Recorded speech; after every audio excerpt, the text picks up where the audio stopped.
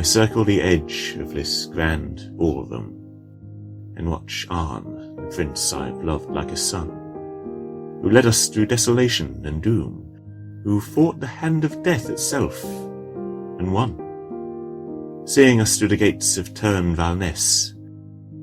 And now he's dancing with our new home's princess. His old relentless drive is set aside, and his focus at last comes from his heart, wherein the fair Abbeth now surely bides, in these glad days of our people's new start.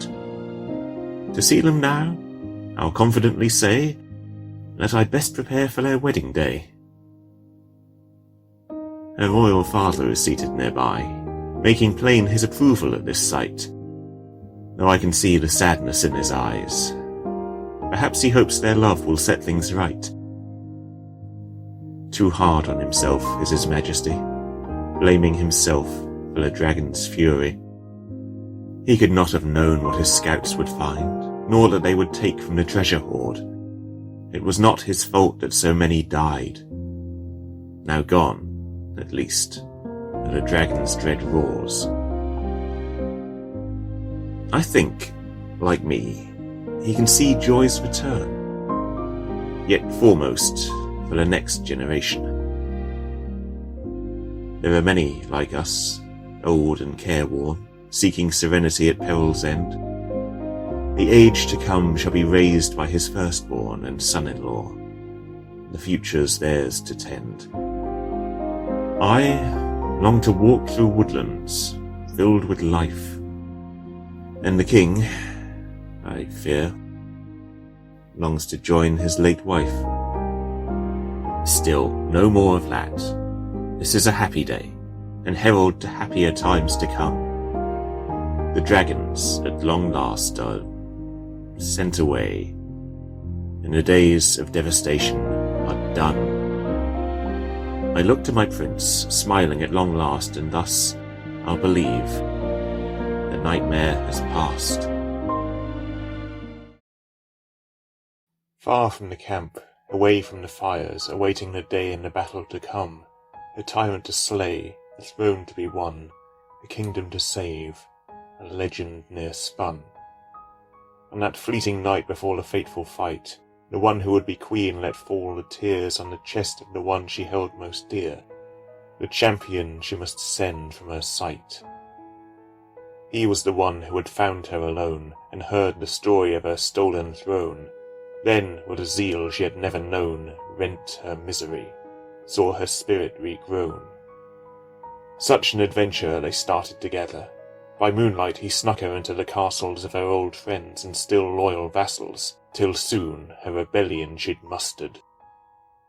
In every battle he'd been her shield, with sword and with lance he'd kept her alive. When there'd seemed no chance, true hope he'd revive, till her heart was entranced, and her grief contrived. That the war would be won was now certain. By the end of the week she'd reclaim her crown, then would find no choice but to redress the frowns which her heart's true love drew out from her men. If the world were just, she would marry him, but her people were cruel, and her love was foreign.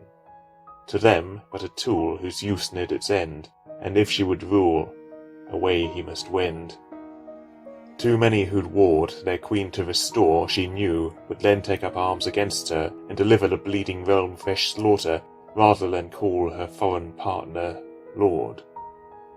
And she must be mother to such bastards, tear out her own heart, that they might know peace, bid her love depart, strike her own soul deceased, play her royal part, pray for pains to cease. That life must soon come, but their love was not done, and 'neath the full moon they made use of their time. In the fair summer air they lay entwined, to live as they pleased, ere the rise of the sun.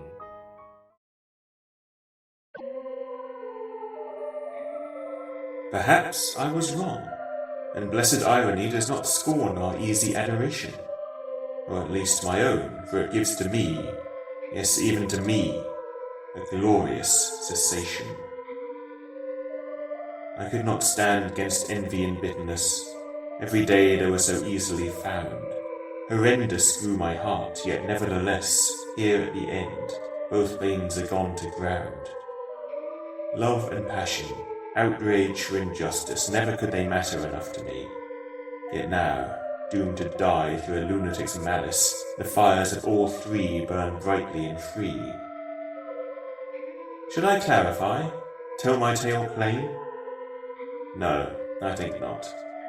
Suffice it to be known, I fought and redeemed a soul sore pained by the glut of flaws which I long did own.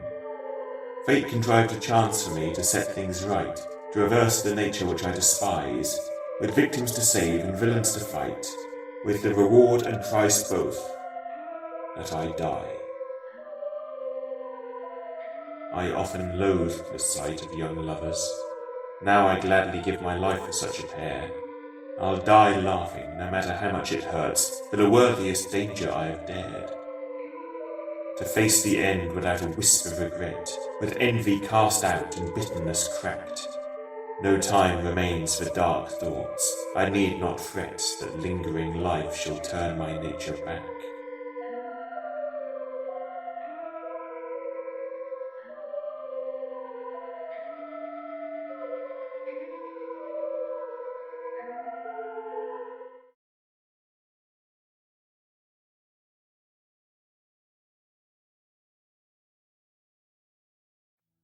We were the three, bound by fate, or so we believed.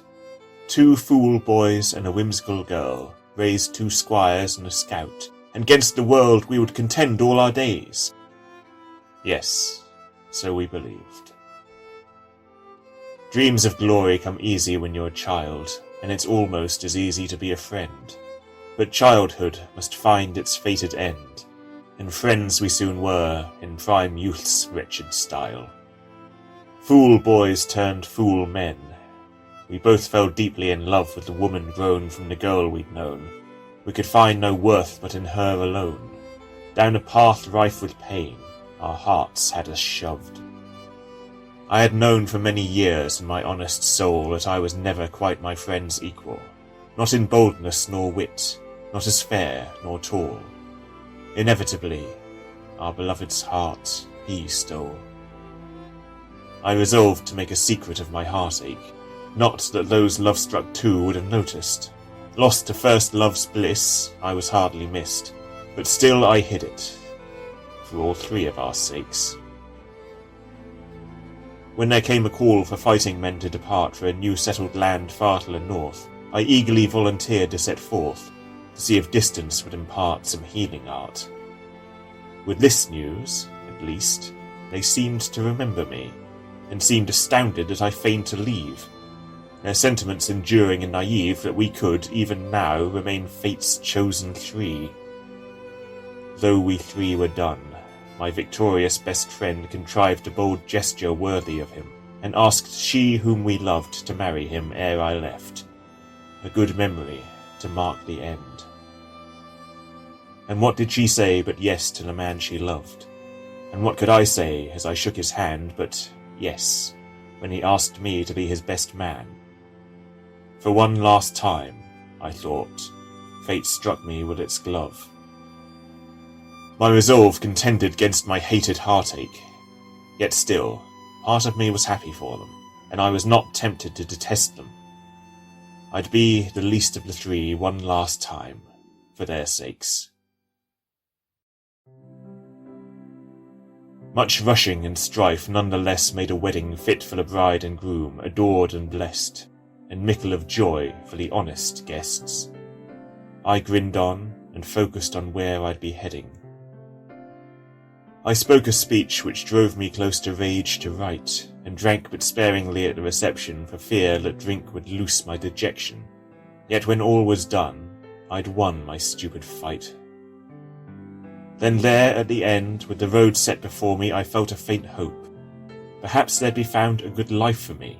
I might settle down, meet someone who'd render moot all my misery.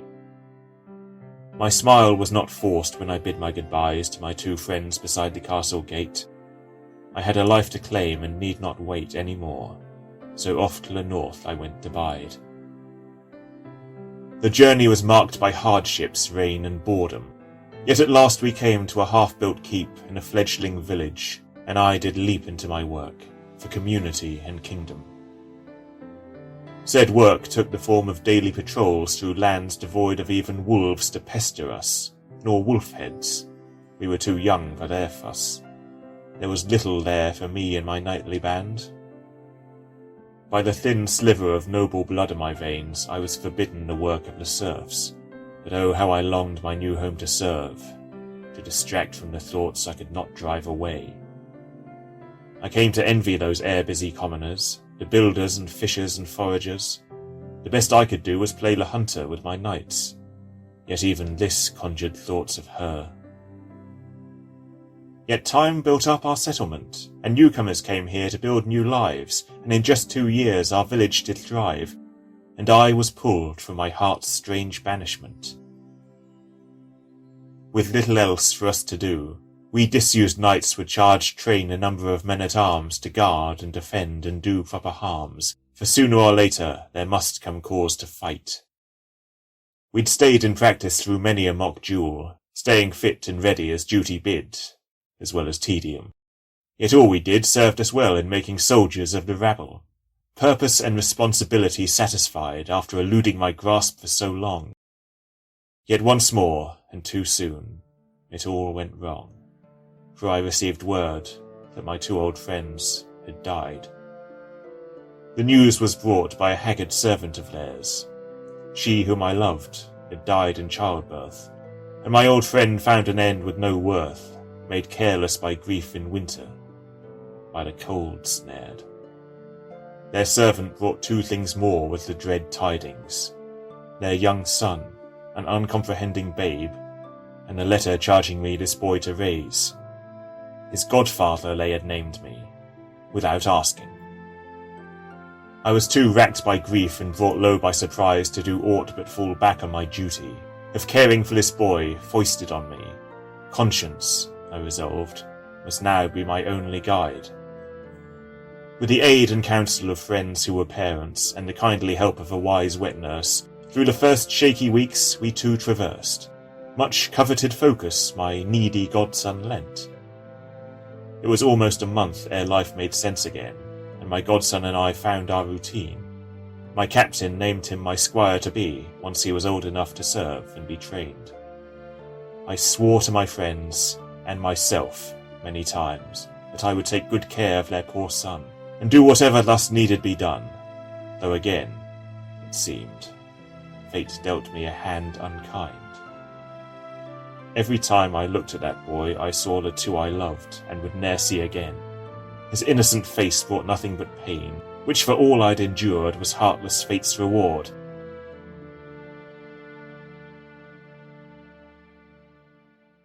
Yet, needless to say, none of that was his intent, and I'd be damned if I'd let my wretched pain fester and twist itself into blame. I would raise him like my own son. So my charge went. It was so difficult at first, not just for grief, but because I was just so unready for this unsought responsibility, that I'd adapt, initially, defied belief. With each evening's meal I feared I'd poison him, or that he'd smother himself in his sleep. Such fears were legion, and they struck me deep. Each new day my mind conjured some new frightful whim. For all my worrying, however, the boy lived, and became a fine, stout lad in my care.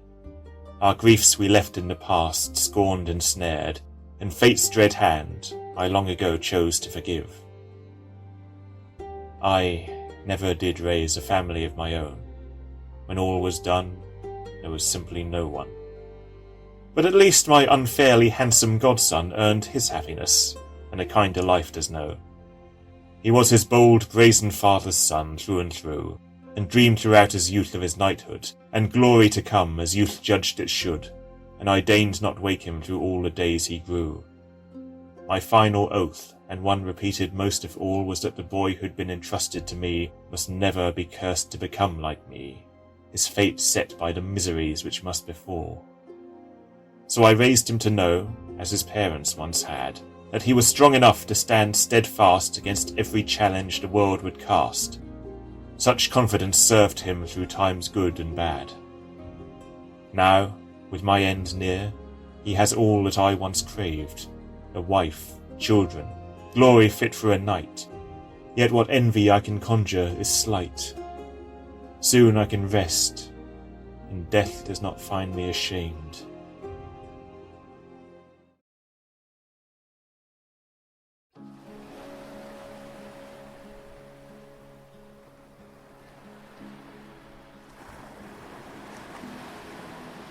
So far from kin and world and war, next to the waves so serene, there sat the angel lord with the crownless queen, staring at the stars above, the first she'd ever seen. Ahead, the quest to bring them home, a home which could only bring doom. Perhaps already what they loved was consumed, the void spread over all, and all they love entombed. Yet here were stars, uneaten, pure. Here was a world as should be. Perhaps they'd endure over long centuries if they would only stay, if they could just tarry. Yet all her life she'd fought the only foe, fighting to save her people. Such peace was not hers, and though so dreadful, she must go back to fight. Thus did her true heart pull. For thousands of years the angel was chained, his body profaned by the void. His peace was long gone. This world would annoy. He would follow his queen, e'en though they'd be destroyed.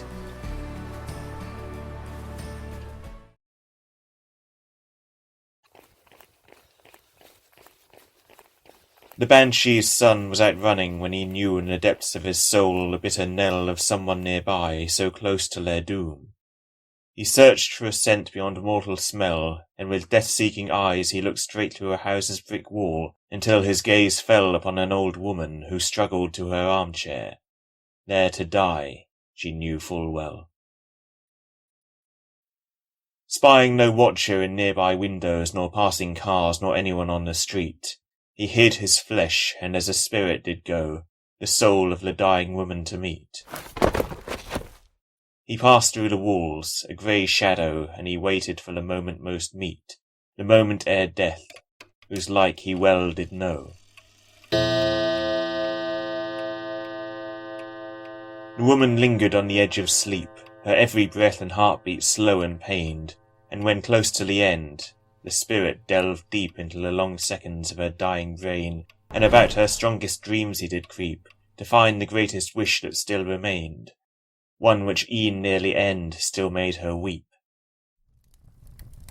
He saw a horrendous truth set in flame, and a young bride-to-be shook to the core. Cruel fate had put her wedding day midst the darkest days of the Second World War, and so many she loved before her were lain, her fiancé and family were torn from life in a church, destroyed in an air raid. She had thought to steal one merry day from the hateful times, and in cruel answer she'd smelt the burning as she walked away, once the all-clear had, at last, released her. So many she loved, in one moment slain, and near 80 years of nightmares she'd suffered, or worse, happy dreams of her stolen day. That was his gift, a dream of the wedding, the happiest dream from which she'd never wake.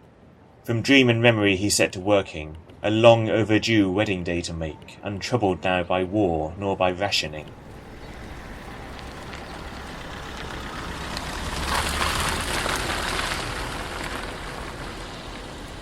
He arrived as the driver of the car he'd shaped to bear the bride to where her groom was waiting. No debris-lined, bomb-racked streets anymore. No shattered houses conjured thoughts of dead friends. No darkness nor travesty lay in store. Only well-earned joy, there at the very end.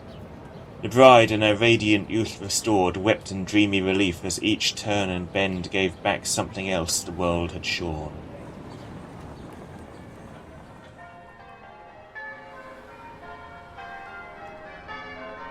Her father was waiting near the churchyard gate, her true father, not some dream-carved spectre, drawn by a twisting about his daughter so great that he and all other guests were drawn to her. Marking this gift, they took their places to sate the last wish of a lonely heart, at last stirred to happiness once more. forsaking its weight. When the bride laid eyes on her fiancé, she was struck by a relief so tremendous that her tears were not easily cast away. And foremost of all on that day numinous was the love revealed in that long embrace. Yet for all the arcanally wrought defiance in this dreamscape, time and death still sought their prey. The wedding guests filed in to find their seats. The Banshee's son was soon welcomed inside by the groom's mother, smiling and teary, who found him a spot on the groom's side. The church here was whole and rife with majesty, and soon the organ played Here Comes the Bride, who, on her father's arm, stepped up giddily.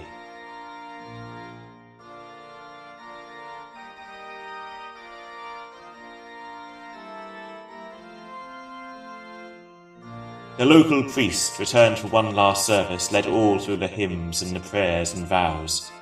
The rings and I-do's were exchanged, and the kiss met with cheers from the groom's friends, earning a frown of scant sincerity from the priest, who dismissed all thereafter, and to the joyful sound of the organ, all left for celestial bliss. The Banshee's son did not follow, but fled back to the world without, where sat the body of the old woman. In peace she sat there dead, free of a lifetime's lonely pain, finally. He left the house and donned the skin he'd shed, resuming his run, though with the bittersweet mood of a lonely soul to a wedding led.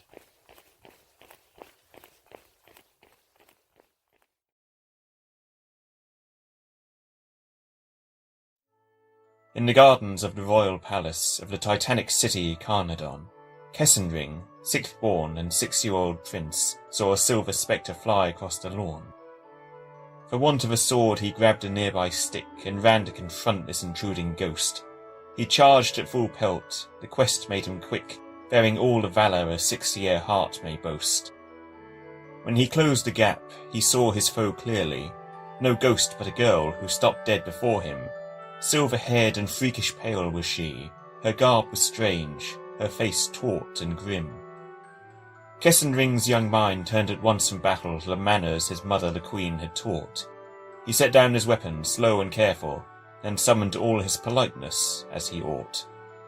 He apologized in case he had scared her, but, so he explained, he thought she was a ghost, and of all the stories from his grandmother it was ghosts that troubled his sleep the most. The young girl smiled, and next she laughed, then made to speak, but a call of fury sounded from across the garden, and the harsh visage of the cook appeared. The girl took off at speed. Yet as she passed the prince she grabbed his hand and dragged him after her as she sped away. Kessenring, though he did not understand, followed eagerly, for he perceived a game.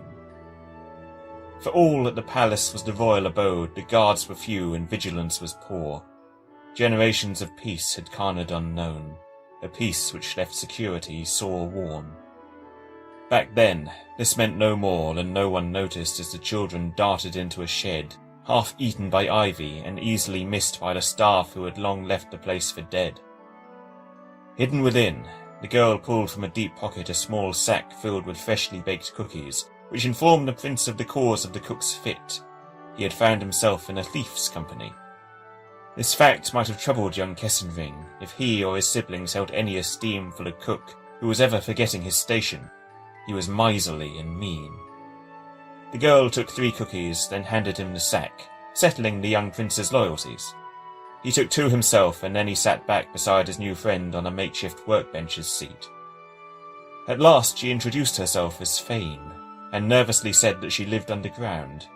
Little more than this was she willing to say, and soon birdsong and munching were the only sounds. With the last cookies obliterated, Fane stood up and moved to the rotted door. Kessenring followed, and together they waited for the coast to be clear. Then they ran once more. A stomach full of biscuits hinders one's pace, and, much slower now, Fane and Kessenring headed to the graveyard, the servants' resting place, where, he feared, 1,000 ghosts were waiting. The prince summoned all his courage and followed, betraying no sign of trepidation. No ghost would draw from him a frightful bellow and thus mar the dignity of the nation. Fane walked to one grave amidst hundreds like it, and reached into the grass to find a brass ring. With one final look round, she pulled on it, a lightless passage beneath revealing. The prince's curiosity was great. A dozen questions screamed within his brain, but his new friend would only ask him to wait, for some day soon, she swore, she would be back again. Indeed, he saw her often from that day on, a silver spirit flying across the grounds. No one else ever saw her, and he told no one of the friend from below he had found. They devised a game where she would purloin food or an item of little worth, then try to flee with it to her tunnels and avoid the prince who would catch her, or else so strive. If she eluded him, her prize she may keep, but should her friend forestall her thieving ways, well, such was his good heart and high courtesy, he would let her keep her loot anyway. Thus passed many childhood days in the quiet gardens of a sleepy land, in all the easy years which fickle fate gave, before it dealt an unspeakable hand. Fane never permitted Kessenring to follow her whenever she returned to her realm, cold and grim. As a boy, her parents would take him from her. Once older, they might be forced to silence him. A decade passed since the morning they met beneath the sun she was often warned to shun, and she'd always been determined never to let aught take her friend, nor despoil their fun. Yet as they grew, the games gave way to walks about the palace's private forests, and this, inevitably, led to talk, and thus questions. Kessenring liked questions best. She urged him to resist curiosity, that only their time spent together mattered, and though mystery clashed with his courtesy, he held the worst of his probing back from her. The secret was far more than hers alone, yet if anyone could keep it, he could, couldn't he? Yet if the truth were shared and known, could the fate of her folk possibly be good? Such notions echoed ever in her mind, until there came a fateful midsummer's night beside the brook with a pitcher of wine, liberated once the vintner was out of sight. Half drunk and singing neath the light of the moon, at one point Kessenring's eyes turned to look on her, seized by a youthful spirit, all too soon, before he truly knew why. He kissed her. Fane's eyes widened, and she shrank back on impulse. Sobriety returned, unwelcome and rude.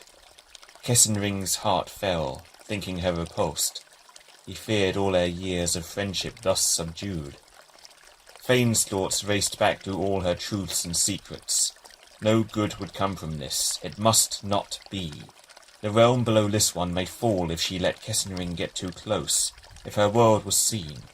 She needed to get up, go home, and stay there.